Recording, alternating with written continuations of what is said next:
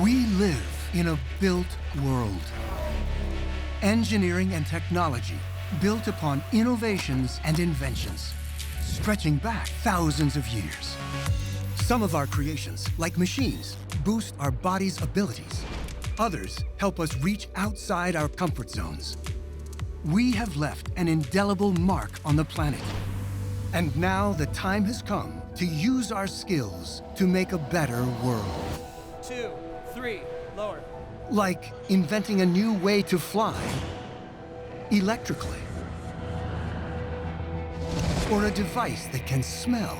I get very excited when technology works. To save food from going to waste. Food waste is an enormous global problem. Creating a machine Nova, go in. to heal coral reefs. How do we fix the environment that's sort of dying in front of us? Or even combining a traditional work of art We see this amazing opportunity to use pottery with modern chemistry Could you actually make something like that? Do you have something similar? to provide clean drinking water. I made a shape similar to that. Building stuff, change it. Right now on Nova.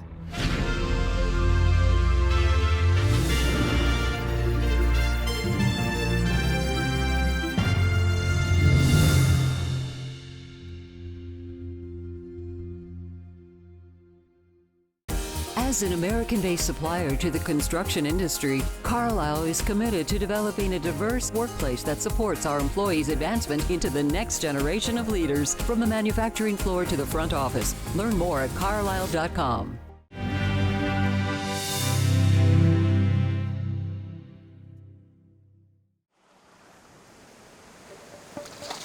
Human beings have been changing our surroundings for thousands of years. The signs are written on the land itself. We're builders and makers, and the evidence is plain to see. Our whole lives are constructed. We live in the modern world in a very altered environment, and all of that alteration starts and finishes with engineering. Engineering can transform a community by bringing power, bringing water, growing food. Taking sewage away, the power grid, telecommunications. These are all engineering systems that are not about making any one of us smarter or stronger or faster, but making us collectively have more agency and more capacity. But building the modern world has come with steep costs and changes to more than just the land, like altering the chemical composition of our atmosphere. But now there's a new generation that wants to engineer a cleaner planet. So as an engineer, when you see the world as it is, you begin to think, how could we make it better? So that's our job, to take the world as it is and make it better. Everyone's engineering background, it comes from that purpose of saying, I want to solve a problem that just changes the world.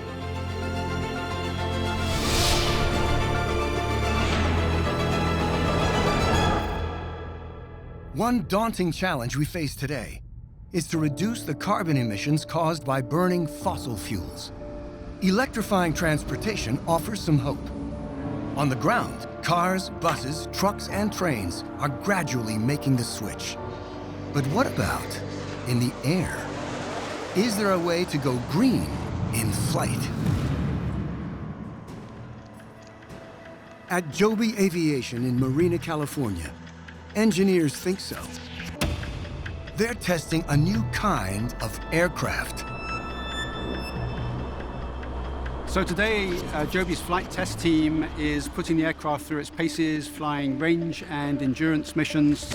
The aircraft is a hybrid, like a helicopter, able to take off vertically, but also like an airplane, able to fly horizontally at high speeds. And it's completely electric. The challenge is, how do we make a personal helicopter? How do we make them sustainable, right? We don't want to bring more jet fuel into the world. It is routine for us to fly 3 times a day, cruising around at about 100 knots. Joby's ultimate dream is to deploy the aircraft in cities around the world as flying taxis, reducing congestion on the ground. Today, they're in the final testing stages of their latest prototype.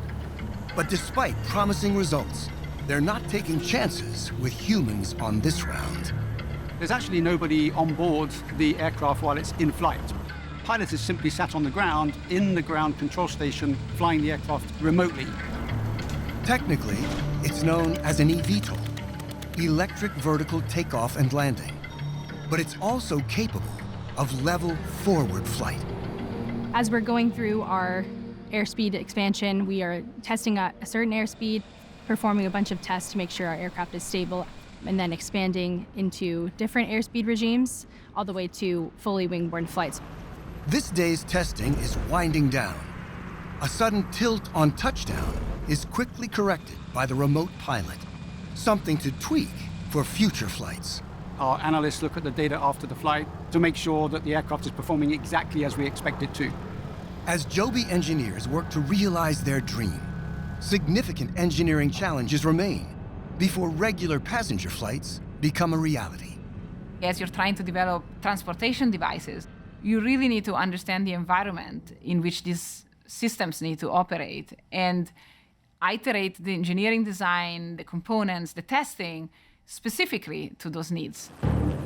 Today, it's not uncommon to see helicopters in city skies, but they have drawbacks. They're noisy. The learning curve to fly them is steep. They have limited forward speed, and they burn fossil fuels. Joby's design is an attempt to address all of those problems. You have identified a problem. Can you make an airplane that uses propellers like a helicopter but doesn't have that noise? Well, you've dreamed it up. The question is, how do you actually bring it into existence? All right, 1, 2, 3, lower. One of the biggest challenges has been to invent a new propulsion system. The idea was to design a vehicle for 4 passengers and a pilot that can rise straight off the ground and then somehow transition to fly like an airplane. Joby's solution: 6 electric motors that can individually pivot, propelling the vehicle up to 200 miles per hour, eliminating fossil fuels and reducing noise. A critical improvement if they have any hope of widespread adoption. That's what gives the aircraft its unusual profile. 6 smaller propellers that are quieter than a single helicopter blade. But because they're small, everything depended on finding the right propeller shape. A surprisingly complicated problem, part art and part science, with much of the know-how handed down since the early pioneers of powered flight. These propellers may seem wholly modern, but if we trace their evolution, we can see clear connections to the past. Leonardo da Vinci's notebooks contain one of the most famous early conceptualizations of a device resembling the modern propeller. Da Vinci, in turn, may have been inspired by the Greek philosopher Archimedes and his screw-shaped water pump, or even by nature.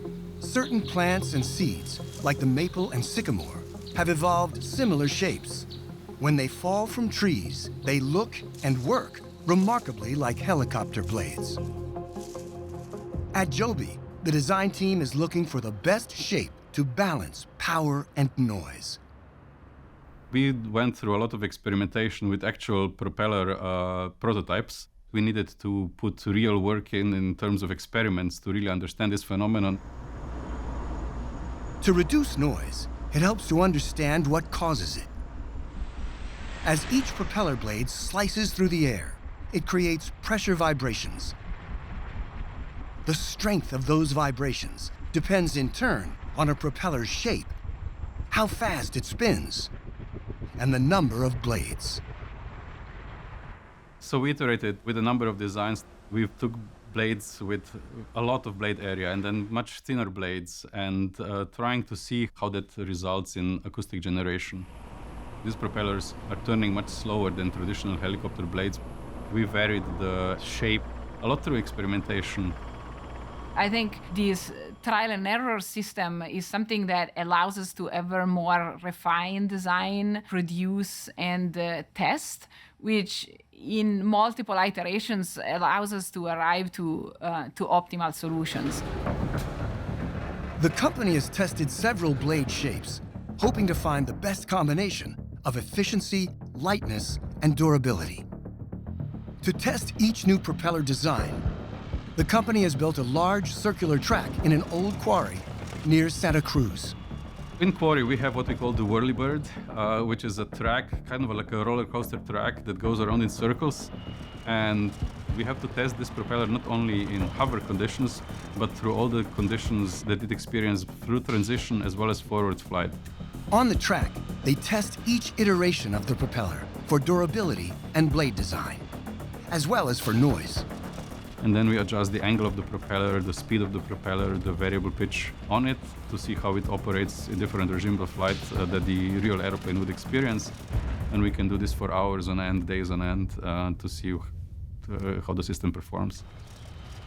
The design of a propeller is a very theoretically heavy lift. However, at the end of the day, experimental results rule, and their ability to build that huge test ring to really, compare their experimental results with the theoretical predictions are really what allowed them to advance and push their entire plane forward. Ultimately, they discovered that their original design, which was wider, actually performed better than subsequent, slimmer designs. The greater surface area allowed them to slow down the propeller's rotation speed, reducing noise while meeting power requirements. When you do the experiments, you realize you're going down the wrong path, then you start to go back and see why is the thing that I've tried to do that makes things better actually worse? So you challenge your own assumptions.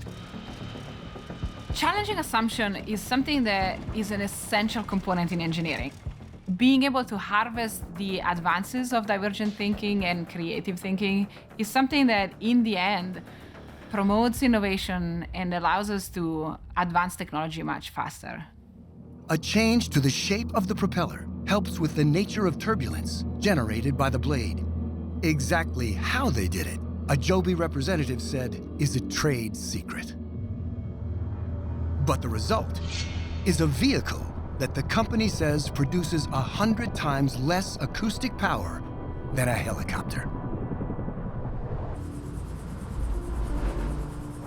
Eventually, they're hoping to expand their test program to include passengers and move toward full certification from the Federal Aviation Administration. Safety is non-negotiable. Look, I'm gonna put my kids on these airplanes, and so this is close to me just as it is close to everybody else. Now being able to travel routinely with an aircraft like this and be able to do it relatively low cost and super available to the masses is so exciting. Today, air travel accounts for an estimated 10% of the carbon produced by all transportation. It's this kind of experimentation that could lead to bigger changes in air travel. Electrifying aviation is one of the hardest engineering challenges we face. But not every problem requires such a difficult solution. When it comes to finding ways to reduce carbon emissions, there is some lower hanging fruit. Over thousands of years, we've gotten more and more efficient at growing food for an ever-growing population. But the road from farm to table can be long and wasteful. Globally, a third of all crops go bad before they reach the table. And with food production accounting for about 30% of global greenhouse gas emissions, reducing food waste could be one solution to our climate problem. At least, that's the idea behind a Norwegian rot-sniffing robot. The Bama Food Warehouse in Oslo, Norway. Ann Persson is the director of quality assurance. We get about 2,000 pallets in here every night. The produce comes in from 80 countries. They're being scanned here, and then they go straight to the quality control tower. This is the first control that is being done when it comes to Norway. Inspectors screen the produce for spoilage as best they can before sending it to the supermarket. The problem is we don't have very much time to inspect the pallets. It's maximum 60 seconds. And also due to the setup of the quality stations, we're only able to control the 2 upper layers, maximum. That means, even with experience, visual inspection only goes so far. Inevitably, some spoiled produce goes undetected and gets shipped along with the rest of the produce all over Norway to local supermarkets. So our question was, how can we check the whole pallet? So that's when we started to look after new technology. The goal is increased freshness and reduced food waste. If we can detect spoilage earlier in the value chain, we are also able to do more with the products that we might reject. We can sort them, we can give them to food banks. Bama connected with Tunable, a small tech company in Oslo, inventors of an artificial nose or machine olfaction device that is already in use monitoring the amount of greenhouse gases emitted by container ships. Tirindu Maduma is Tunable's business development manager. Bama came to us. They explained that they had this problem of determining the quality of the fruits and vegetables, being able to do it at a large scale and being accurate. There's a long history of inventions that allow us to extend our senses. So we've done that for sight, we've done that for hearing. So we have microscopes, we have hearing aid, but smell is still a sense that we haven't digitalized. And that's what we're doing. Christian Hoved is Tunable's CEO. When you take a breath, you're doing a multi-gas analysis. You're pulling in molecules, and those molecules are detected by your nose, and then it's detected by your brain to tell you what you're smelling. The challenge for Tunable was to take their existing analyzer for emission analysis and increase its sensitivity without making the device too big and cumbersome to be useful on a warehouse floor. So why use smell? Our noses are sensitive detectors, able to identify a wide variety of chemicals in the air, even at low concentrations. Airborne molecules can also potentially reveal what's hidden in the pallets.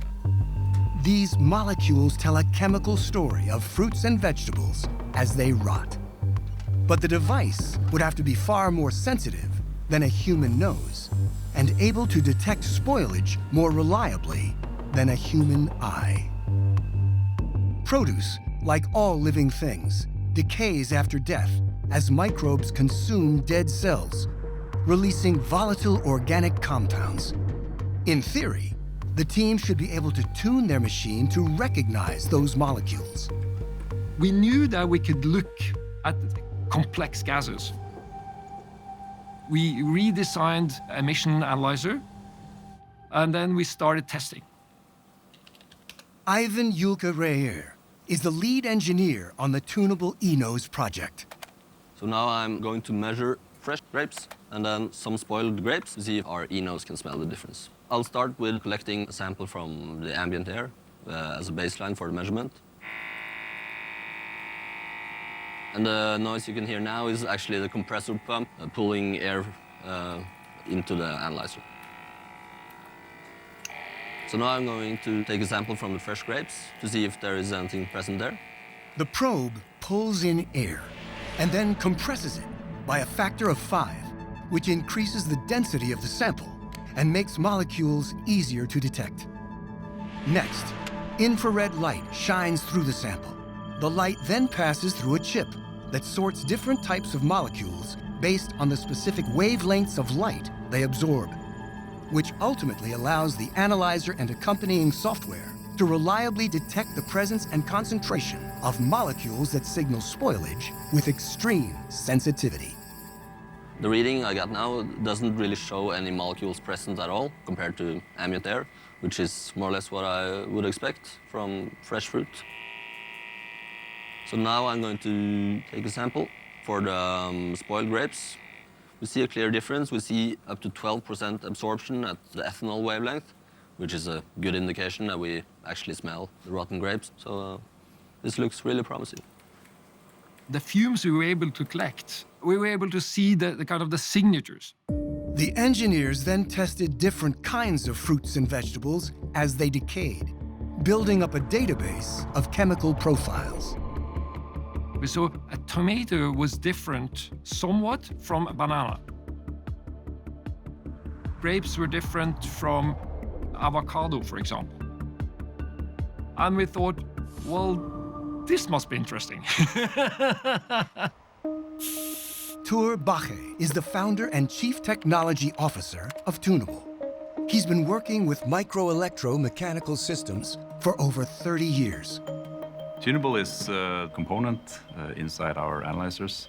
That's the tunable filter. It's used to change the wavelength for the light, so we can scan the wavelength and do spectroscopy. It's very much like tuning a radio to find a particular station. The gases are separated in the infrared spectrum, just like radio stations, and then you can basically detect each one of them. So that's where the word tunable comes from. After extensive fine-tuning in the lab, it's time for the very first field test in the warehouse. Sometimes you can't learn about all of the variables that will be involved in an engineered system sitting on a desk with a pen and paper or at a computer screen. You need to go out into the field, you need to put it in the actual environment, see how it interacts, learn from that, make changes, and move forward. Now I'm capturing ambient air, and then ready to do the measurement on the grapes. Ivan watches the screen, waiting to see the telltale grape waveform. But the pump just whirs away, and eventually, he gives up. I don't really know what happened here. For some reason, the results wasn't as expected. The first time definitely wasn't the charm. Murphy's Law, yeah. We know that it works in a laboratory environment. So the big thing now is showing that it actually works in real life. And as you've seen, there's been some challenges. We tend to think of failure as a bad thing, right? That something that is not supposed to happen happens. But if you're doing anything new, failure is an integral part of the process. And the reason for that is because we can't perfectly predict or understand how things are going to work in the real world until we try them. Turns out the warehouse temperature, a chilly 41 degrees Fahrenheit, affected the test result. The cold part. We did know that it was cold in that area, but did we take into account enough? No, we didn't. We should, of course, have thought about that. But that's kind of the learning, that's the process. Back in the lab, the Tunable team recalibrated their chip to account for the Bama warehouse temperature. They also adjusted the design to include the pumps that compress the sample, increasing the density of the gas to compensate for the lower metabolic rate of the food in the refrigerated environment. It will be really interesting to see if the iterations we have made will actually do the difference in the field. Ivan is back with the latest iteration of the Enos. Further testing in the lab showed that even with the changes, the machine needs time to adjust to the conditions in the warehouse. Now I'll let the instrument stay here for the night to reach a steady temperature, and then we'll do measurements tomorrow.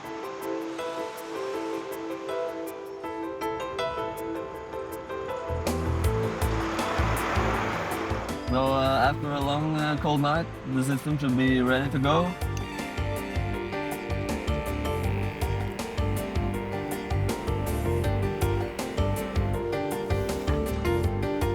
Now we see absorption of light at more or less 9.5, 10 microns, which indicate ethanol being present. This really shows that our new chip is working in this real environment. Ivan uses the Enos to sample the air from various locations on the entire pallet stack. Actually, we see a spike at the ethanol absorption wavelength, so that might be something. They've taken an important step, a successful real-world test of the newest version of the tunable E-nose. I'm not the most excited guy, but this is exciting. I expected it, although you never know. It's a big win. I get very excited when technology works. Still, there is work ahead to make the technology viable and, most importantly, scalable.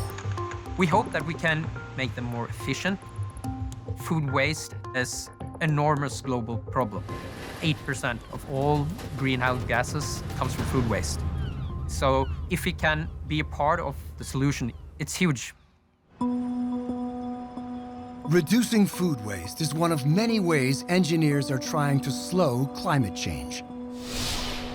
But the negative changes we've made to our climate are already damaging some environments, like coral reefs. Coral reefs are in decline. So one of the things that I really think about is how do we fix the environment that's sort of dying in front of us? Healthy coral reefs can be stunningly beautiful and play a critical role in coastal ecosystems. They harbor a tremendous diversity of marine life and contribute to the overall health of the world's oceans and their coastlines. 1/4 of all marine species depend on them for survival. They're also important to humans. Often located in shallow water, they can protect coastal communities from damaging storm surges. And the reefs host a primary sustainable food source for hundreds of millions of people around the world. But as the oceans warm, corals are struggling to survive. Excessive heat drives away the microscopic algae the coral depend on. That leads to a dramatic loss of color known as coral bleaching, a powerful visual indicator of an unhealthy reef. But bleaching isn't the only indicator of a reef in peril. Not only it looks brown and is lacking these beautiful, vibrant colors, but it just sounds dead. That's where sensory biologist Aaron Mooney comes in. My background is in hearing and in bioacoustics, and I study how animals perceive the world around them. Coral reefs are kind of rainforests of the sea, and just like a really rich forest might have a lot of birds calling, and you might hear the monkeys calling in the background, coral reefs are really the same. So basically, a healthy coral reef has a really healthy, rich soundscape. Snapping shrimp, lobster, and fish create a symphony indicative of a biodiverse community. And a degraded coral reef is just impoverished soundscape. It sounds quiet, kind of desolate. So by listening to the soundscape, we can kind of track that biodiversity and understand when that change is happening. Off the coast of St. John in the Caribbean, a team from the Woods Hole Oceanographic Institution in Massachusetts conducts bleaching surveys, finding evidence of degraded reefs. To your right, there's some bleached coral. You knew there was going to be bleaching here, right? But then it's freaking everywhere, right? I've been coming here 5-6 years now. This was the first time I've seen such bleaching. Yogi Girdhar is a roboticist and computer scientist at Woods Hole. I'm working on robots and AI and machine learning-based techniques to understand complex ecosystems in the ocean, such as coral reefs. A question they pose: is it possible to build a robot that can seek out and find healthy reefs on its own? If they succeed, the robot could provide an efficient and cost-effective way to find healthy coral reefs, map them, and monitor their health. The soundscapes recorded by the robot could be a vital tool in diagnosing reef health and tracking decline or improvement. Good job, team. The team has been collecting data on reefs for over a decade. So you're going through this? Yeah, you might be able to thread it through here. They have mountains of information, including audio and video. They've even created 3D models of the reefs for further study. Helping them gather this data is this third-generation robot. We call it Curie, C-U-R-E-E, which stands for Curious Underwater Robot for Ecosystem Exploration. It's equipped with sensors, microphones, and cameras, and is still very much under development. The design of a robot is always evolving. Our robot is never finished. It's an engineering challenge with a lot of moving parts, so they've broken it down into many small steps. There are many, many problems that you can solve with an engineering solution, but I think you have to really understand what the problem is and sort of pick the 2 or 3 that really you want to address. Otherwise, you kind of fall into this trap of trying to solve all the problems all at once and you run out of resources.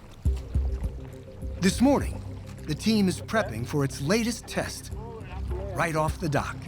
All right, Dr. Gerhard, ready? Always. I'll manage the tether. Got it? To start, they'll place a speaker on the ocean floor, playing a recording of a healthy coral reef. A sound file they captured from a previous trip. Should be on. All right. Hear it. They're hoping the robot will recognize the sound through the water and be able to record it. In this outing, the robot is not moving autonomously. Researcher Seth McCammon is operating the robot remotely to steer and position it for the test. I'm getting it in line with the thing so I can start to look at the data. So if the robot doesn't work with this sound, it's probably not going to work on the real coral reef. So it's a good test. Experimenting with sound underwater is not a new idea. In the 1800s, a Swiss physicist and a French mathematician, armed with a bell and stopwatch, measured the speed at which sound traveled underwater. On one side of Lake Geneva, Charles-François Stern rang a submerged bell, while Jean-Daniel Colladon used a long tube to listen underwater across the lake, pressing his stopwatch to keep track of how long it took the sound to travel across. Surprisingly, they found that water is a better conduit for sound than air. Sound travels through water roughly 5 times faster. Today, the Woods Hole team will be using the speed of sound underwater as part of their calculations. The robot is equipped with 4 microphones designed for underwater use, called hydrophones. As the sound from the speaker speeds through the water in all directions, it reaches the hydrophones at slightly different times, just milliseconds apart. The researchers look at a computer display that shows the signals recorded on each hydrophone. And so it'll hit one hydrophone before the others. And by looking at the relative time of arrival at those different hydrophones, we can figure out which direction it came from first, and then steer the robot in that direction. The robot correctly identifies the direction of the sound, an important first step toward autonomous navigation. A small but important victory.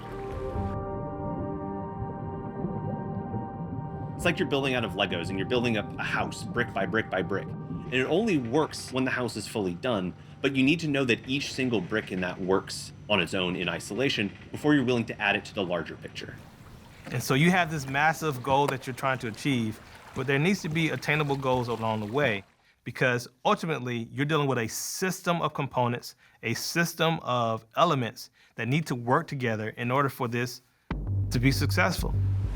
Curie is ready to step up to a bigger challenge, locating an actual healthy reef by sound, something less predictable than what the speaker provided. One of the healthier reefs in St. John is in nearby Joel's Shoal. I propose that we drop the robot like 20 meters. We're like 10 meters off the reef right now. They'll place Curie approximately 20 meters from the reef. To succeed, it just needs to orient itself toward the sound. Robot going in. All right, cast away. So the test today is mostly just trying to figure out if the robot can accurately determine which direction the reef sound is in. It's a more complex test. This time, Curie is untethered, and the boat is drifting with the ocean current. If they lose contact, they could easily lose the robot entirely, and all of the engineering that went into it. When they began to design this autonomous robot that would go underwater, there is a need to make sure that this thing is able to behave in an environment where if it doesn't, we can retrieve it. Curie locates the direction of the healthy reef. Which is encouraging. It's another successful test. The next big hurdle, can Curie not only locate, but then move toward a healthy reef autonomously? This will be a crucial milestone in the mission, which is to ultimately build a fleet of robots to map, monitor, and record the health of corals around the globe. While reefs are under serious threat all over, there are some signs of hope and some surprising ideas for ways to protect them, including one that came from this team's research. In their work, they discovered that the sound of a healthy reef might actually have an indirect healing effect on a stressed reef. It has to do with the coral animal's life cycle. Newly born baby corals, tiny larvae, drift in the ocean, searching for somewhere to settle. It turns out the sound of a thriving coral reef signals them to settle into place. Once they find a spot, they can be very resilient and grow for centuries. So the more larvae a reef can attract, the healthier it will be. And that gave the team an idea. We know these reefs are degraded, and we want to rebuild them by attracting the larvae, the baby coral. In a past experiment, the team found that larvae could be drawn to recordings of healthy reefs. So by placing speakers in strategic locations, they could give a boost where it's needed most. And that system actually leverages the healthy soundscape and plays it back into the environment. And the idea is that it induces coral larvae to kind of choose that environment and settle. The result? Up to 7 times more larvae settlement compared to a degraded reef without the audio boost.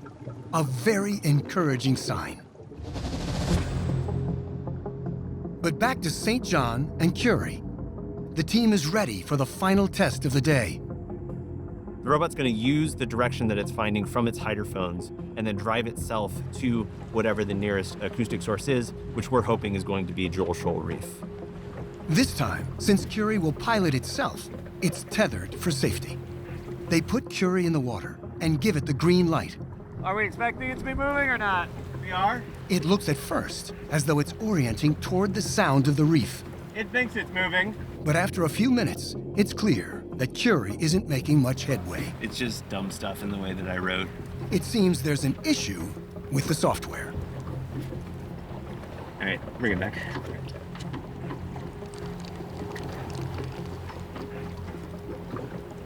It's coming up. I can now see it. They're starting to lose the light. Getting dark. They weren't able to check off everything on the day's to-do list, yet they remain upbeat. We're happy right now because we ended the day with as many robots as we started the day with. It's frustrating in the moment, but they're making progress. The creative act of engineering has got disappointment, has got failure, and that's how we learn. So it is a big ball of 2 steps forward and 1 step back. When you have a very massive why and a very massive purpose for what you're trying to do, such as save the coral reefs, it allows you to experience the disappointment, but not be defeated by it, and continue to try the process of moving it forward. if you're not failing, we're not trying hard enough. Yeah, it's very frustrating, but when it works, it's very satisfying. Engineering solutions to the climate crisis will require creativity, innovation, and a global commitment to making smart choices. But we face many other challenges as well, like restoring balance to the land after decades of industrial pollution. On Navajo land in Arizona, an indigenous artist and engineers are collaborating on a unique local approach to purifying contaminated drinking water. This pristine-seeming landscape conceals a serious problem. 30% of the population in the Navajo Nation lacks access to clean drinking water. Decades of uranium mining has polluted the land. The United States government used the heavy metal to develop the atomic bomb and power its nuclear weapons program after World War II. When we think of engineering, people are suspicious of it because for a good part of the 20th century, one of the stories of engineering was engineers making decisions about systems that affected a lot of other people, and often those effects were not positive. Byproducts of uranium mining, such as strontium, can mimic calcium in the body, causing it to be absorbed by bones. The EPA has awarded $3.8 million to support 3 drinking water projects to benefit the Navajo Nation. Some are proposing other, more homegrown solutions as well. Deanna So is a third-generation Navajo artist who works in clay. People always ask me, when did you learn how to do pottery? I always say I was born making it. Both my parents, my mother and my father, both did Navajo pottery. She's been collaborating with scientists Navid Saleh and Stetson Rolls Good morning. on a project meant to address the water contamination problem on a very human scale. I believe that engineering without people is destined to fail. Good. Long drive. There is this experiential knowledge that is housed within people's lives, yet to be unlocked. Not all people here use or have access to municipal water. So the goal is to call upon local knowledge to find a sustainable way to purify water closer to the home. We often think of engineering as only being the latest and greatest technology, but people have practices that are very effective now and have been for decades, centuries longer. And so what can we learn from those existing approaches that are already effective? So Deanna, this was something that we were... On this trip, the scientists want to build a new prototype clay filter for use in household water containers. The hope is to integrate locally sourced minerals so that the finished filter will remove uranium byproducts like strontium from the water. Could you actually make something like that? Do you have something similar? I have one that I made cone shape. Navajo potters like Deanna use a local tree sap as a glaze. Navid and his team wondered if the sap could be used as part of a decontamination filter. What we found was how much knowledge the Navajos already had about the sap. They already knew it has health benefits. So this is a... Navid and his team recently conducted tests that translated indigenous knowledge into the language of biochemistry, quantifying the extent of the sap's antimicrobial properties. Now, they hope to expand the filter's capabilities to radioactive contaminants. They work together collaboratively to make something new and better that serves her community in a really powerful and very collaborative way. We can engineer a shape or a design that's going to work well not only to filter water, but people will want to use. We see this amazing opportunity to be able to use pottery or ceramics as filters because it's so part of people's everyday life, particularly in places like the Navajo Nation where traditional practices are so important. Okay. Which way? Navid and Stetson want to learn the process of making pottery the way Deanna's mother taught her, because collaboration is strongest when it is truly interdisciplinary. You see that gray spot? Deanna starts from scratch, harvesting clay from a rocky outcropping on Navajo land. Okay, so this portion is what? That portion is clay. Okay. We often, as scientists, believe that we know a lot, but we forget science as a discipline has only been around for 500 years. There are many ways of generating knowledge besides the modern scientific process. These are all different ways in which we interact with the physical world. That diversity gives you new ideas, and thinking about how to put together old technologies and new technologies might lead to entirely new paths. It creates a symbiotic effect because the more people feel included in what is being produced by something, the more people see themselves being a part of the producing of that thing. Next, they source sap from pinyon trees. There's one right here. Let's check this one. Woo! You hit the jackpot with this tree.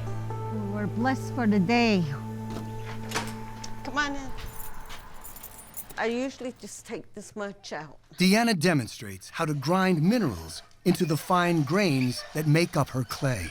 One of you want to go ahead and give it a try? I think there's a lot of engineering that goes into creating pottery. The freedom that it allows to make any shape. The fusion of art and engineering, or maybe even the boundaries between art and engineering, perhaps they don't exist. Perhaps they're really the same thing, painted with a different palette. Stetson and Navid are working with Deanna to prototype a shape for the clay filter. I don't know if you know, Deanna, but I've been making some pottery since high school. And I made this shape to try and see if maybe we can explore making some shapes together. I made a shape similar to that. And it looks like this. And we do make these traditional Navajo pipes. Do you think you can make some grooves similar to something like this? Kind of like an accordion, basically. So it has the same surface area, but in a smaller size. Adding grooves increases the total surface area of the shape. More surface area will mean more contact with the water inside. I'm going to show you an option we have that you can try. Coil. Yeah, making a coil. Making a coil. Next, the new prototypes need to be fired. We have been working with Deanna for almost 9 years now. Make sure we have it covered nice and good. Working with her side by side as an equal partner intellectually only opens opportunities that are more meaningful than we scientists would ever find sitting in our desks. The last step. Heat and strain the pinyon sap, creating the microbe-resistant resin, which acts as a glaze to coat the pottery. And now, a new addition to the filter. Let me grab the zeolite. The scientists are using powdered cabazite, a type of naturally occurring zeolite found abundantly on Navajo land. Cabazite is a porous crystal made of sodium, calcium, and aluminum silicates that has the ability to trap and absorb contaminants. Finally, Deanna applies the resin. The pottery itself has to be hot. The sap has to be hot. The team hopes the cabazite will add function to the resin, removing uranium byproducts like strontium from any water that comes into contact with it. Wow, the colors are beautiful. Back at the University of Texas at Austin, it's time to test their water filter prototypes in the lab. Using the materials they sourced with Deanna, the scientists create small clay discs. Try and just punch out a little disc like that. And coat them with the same cabazite-enriched resin. These are tiny lab versions of Deanna's pottery. To test the discs, the researchers expose them to strontium-contaminated water to see if the resin will successfully absorb the uranium byproduct. If the filter works as expected, the cabazite will capture strontium from the water through ion exchange as the water passes through. Hey, Andre. Glad. Here's the sample. Yeah, thank you. Senior research scientist Andre Dolokan loads a sample into an ion mass spectrometer. It scans the sample on the molecular level, layer by layer, over several hours. When it's done, the result is a map of the elements within the scanned sample surface. When the clay disc is completely scanned, it's time to check the results. This is the strontium signal. Right. The data show that the strontium is found in the same places as cabazite in the resin. We have the zeolite, really obvious sodium, aluminum, silicon. Okay, and now the strontium is increasing exactly like... It's an encouraging sign that the cabazite is working as expected when used with Deanna's pottery technique. So I guess it was a really successful run, Andre. We can see association of strontium with the zeolite. I agree, this is a good start. One thing that I've learned from the research and design process is that kind of doing co-creation activities with the end user, it's really a way to kind of bridge and create new innovative process because you're bringing the people who are using the technology throughout the whole journey. So this is the one that Deanna made. Now, a few steps closer to their goal, the researchers will work to incorporate Deanna's spiral and the cabazite's filtering power into their final design. So moving forward, I think the most difficult engineering challenge is yet to come, and I think it's going to be translating our results from, a lab scale experiment to something that's going to be usable in households throughout the Navajo Nation. At the end of the day, we want to unlock human potential. And in order to unlock human potential, we are not doing ourselves a justice if we continue to only demand certain solutions from a subset of our populations. The more we can get more people included, the more we can unlock not just solutions to problems that we now see, but things that are yet to come. As we change our world through engineering, it's up to us to make changes for all of us, by all of us. I think we're all engineers. We all build things. We all design things. We all break things and then have to fix them and put them back together. And we get to decide what comes next. What if we designed this? What if the world was to look like this in 50, 100 years? What could that look like? The engineer's work is never done. If you're not failing, you're not trying hard enough. You can always create something new. Building stuff to change the world.